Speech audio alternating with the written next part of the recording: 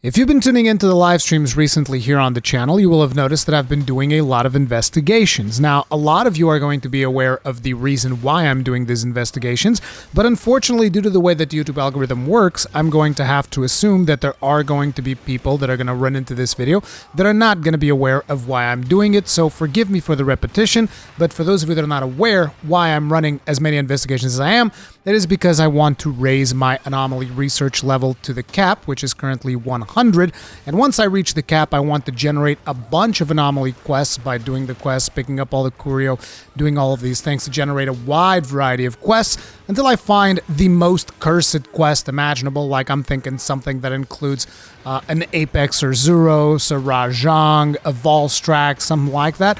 And then a really tough Anomaly monster, which in my case would be something like an Apex Zinogre or something along those lines, because for some reason I struggle a little bit with Zinogre when it comes to Rise and Sunbreak, but whatever. And I want to find that quest, and hopefully with a couple of cool modifiers like lower time on the clock, like maybe 25 minutes, 30 minutes, something like that. And then on top of it, also like a limited number of carts or something like that.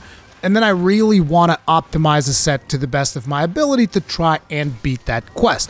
It is ultimately a goal that is not going to provide me with any particular benefit. Some people might say I would be doing it for bragging rights. That's not the point. I just like challenging myself. That is the point of why I'm doing this. This is the point of why I'm doing so many investigations. And some of you might be wondering, well, why aren't you research level 100 yet? There's a lot of people that are already research level 100, to which I would answer summer break, kids, and other goals that I have, stuff that I have to do with content creation, stuff like that, also Xenoblade 3. But there's been other things pulling my attention. But also, I've been mostly doing this climb solo because I find it entertaining. Some of you guys on live stream at least find it entertaining whenever I go into a quest and I just get completely and absolutely obliterated.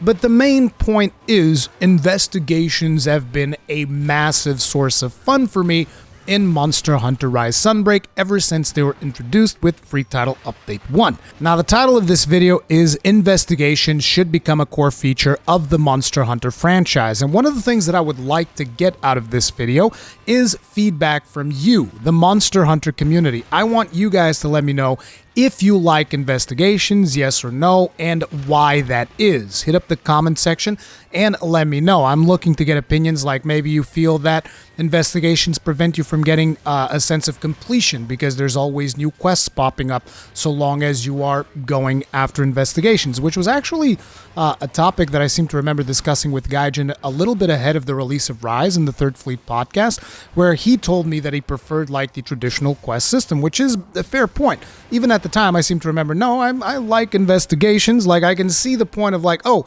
I finished all of the quests, but investigations to a large extent are optional. In this particular iteration of the Monster Hunter Rise Sunbreak implementation of investigations, you probably want to take them at least to Anomaly Research 81, which actually takes a significant amount of time because that enables you to unlock all of the relevant materials for curio crafting.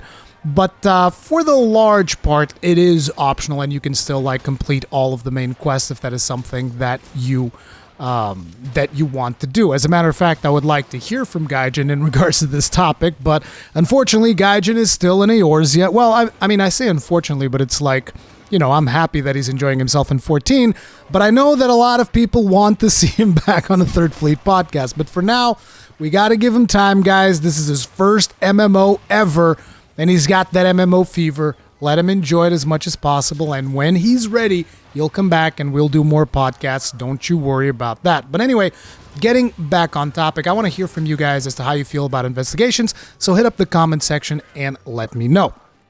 Now, I want to tell you guys why I personally would very much like to see investigations become a core feature. Now, one of the immediate things is just quite simply the amount of value that I get out of this type of content. I've been doing investigations for God knows how many hours.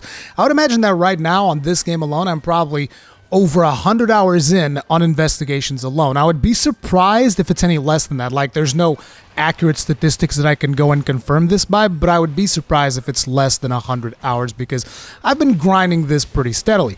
It is not just in Monster Hunter Rise Sunbreak that I found tremendous value in investigations. For those of you that are not aware, because I know that a lot of people started their Monster Hunter journey with Monster Hunter Rise, back in Monster Hunter World, we also had investigations, as well as in Monster Hunter World Iceborne. And in there, I also found a lot of value in doing investigations because it's just fun to have these quests randomly generated because they enable you some interesting scenarios. They might do an interesting composition of monsters that maybe you wouldn't expect in a certain map, and that in and of itself just keeps things a little bit fresh because it's different monsters, even though some players are obviously going to try to optimize for maximum possible benefit, and I think that's fine. If that's what you want to do, go ahead, go wild. Personally, I just appreciate the random nature of it because it keeps quests fresh, and it's basically a never-ending source of quests. So long as you are having fun playing the game is going to continue generating random quests for you, but on top of it, you can also target specific quests. So if you want to target a specific monster in the investigations, you can do an anomaly quest that includes that monster, and that quest is going to keep leveling up, and you can eventually just have that monster at your current research level. So there is a deterministic aspect to it, as well as an RNG aspect to it. So the RNG is there to maintain the quests feeling fresh and stuff like that, and the deterministic aspect is there so that you can chase specific challenges that you are looking for, which I find particularly interesting. On top of that, you also have the fact that investigations are, generally speaking, more challenging than regular quests, depending on whether or not we're talking about advanced quests and stuff like that, but investigations are designed to be more challenging. Like, for instance, back in Monster Hunter World, investigations are how you gain access to tempered monsters, which were more powerful versions of the monsters, which is the same thing that we have in Monster Hunter Rise Sunbreak in the form of Anomaly monsters. Now, Anomaly monsters also brings with it additional mechanics of the Curio, the health regen that you get from the Blood Blight or whatever, and other modifiers that you might get in that quest, the fact that you can blow up the Curio, deal additional damage, all of that. Tempered monsters didn't really have any of that. Tempered monsters, as far as I'm aware, just dealt more damage. They didn't even have more health, if I remember correctly. It just straight up more damage, so you have to deal with more damage. And I think that some of the monsters were also a little bit more hyper, like their AI felt a little bit more aggressive than the regular version of said monster. Maybe they had different, thresholds and stuff like that. Again, this is me just hypothesizing because I honestly don't remember. I haven't played Monster Hunter World in a while. But, even back in Monster Hunter World, these monsters were more challenging in investigations. In Sunbreak, naturally, they are more challenging because they're anomaly monsters. And in Sunbreak, I actually really like this implementation of investigations because they keep leveling up. So you can actually keep fighting a monster and level them up to ridiculous degrees where this monster just becomes really, really powerful, which I find interesting. To give you guys an idea, another thing, for those of you that haven't really been doing really high-level anomaly quests, they actually mess with some of the thresholds of the monsters. So things like, for instance, the tarantula that gives you an instant mount actually doesn't work on your first hit because the threshold for mounting starts growing, or maybe it's because it's a percentage of their HP, and their HP definitely grows. So those are interesting things that make the fights more challenging and keeps me coming back and wanting to do more of those fights, and also, gave me my overarching goal of let's find the most cursed anomaly research level 100 quest possible. So the scaling difficulty is something that I really, really like. Now, when I talk about investigations, a lot of you guys might be thinking about, but what about Iceborne's endgame system, which was the Guiding Lands? I also love the Guiding Lands. I think the Guiding Lands is fantastic, but the reality here is that I feel that investigations are potentially easier to implement than the Guiding Lands, because the Guiding Lands involve developing a whole map, assigning different monsters to different areas of the map, adding more things onto the map. Ideally, as an endgame system, I would like to have both. I want to have scaling investigations as well as a Guiding Lands type map, because that was extremely fun to do. But, if I had to pick one that I would definitely want to keep, and it would also allow them a little bit more room to innovate with different features, I would definitely want them to keep investigations, because I feel like they're probably easier to implement than something like the Guiding Lands, and maybe this would free them up to experiment on other sides of the game, or maybe add more monsters, something like this. And keep in mind, this is only free title update 1. I'm very curious to see how they're going to iterate on this system in free title update 2.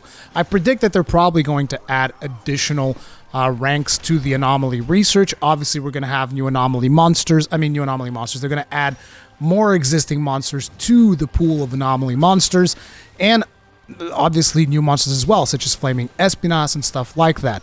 But ultimately, I kind of feel like I've made my case here when it comes to the investigations, and now I want to hear from you guys. I really feel like I don't want to see the next Monster Hunter not come out of the gate with investigations, because it's just such a tremendous amount of value. Even if they're not like at the start of it, they don't even need to have the modifiers of the monsters being harder and whatnot. Just having the investigations there, kind of in the same way that World had them, allows you to be more efficient with the way that you grind, and gives you less boring quests than like, oh, I need to farm out a Rathalos, which is something that happened during Rise, for instance, and even during Sunbreak, because at the start of Sunbreak, we didn't have investigations. So whenever you had to farm a Rathalos, you had like maybe 1 or 2 quests to pick from, and it was always going to be the same. It's like, okay, I got to go farm Rathalos. Let me go load up the optional Rathalos quest. Boom, go. And here, once you implement investigations, you can be like, oh, I have an investigation for Rathalos that gives me additional rewards. I have an investigation for Rathalos that maybe has another monster that I also need. So there's just more dynamic to the way that you choose your quests.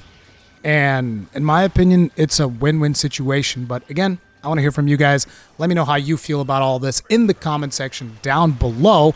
In case you guys missed it, I did an episode of Khan's Cast, because the reason I bring this up at the end of this video, a lot of people were asking me to bring Ratatoskr into the Third Fleet podcast. Obviously, with Gaijin currently taking a hiatus in Final Fantasy XIV, I couldn't do that, but I did bring him on for a conversation, and I thought it was a really good conversation. I'm probably also going to be uploading some highlights of that conversation, but in case you missed it, because YouTube and the algorithm and all this, just check it on the channel. I'll put a link to it maybe in the description of this video. You guys can go check it out. But for now, that's going to be it. Thank you very much for watching. Sorry for all the promotion and all of that stuff. I'll see you guys in the next one. Stay strong, stay safe, peace out.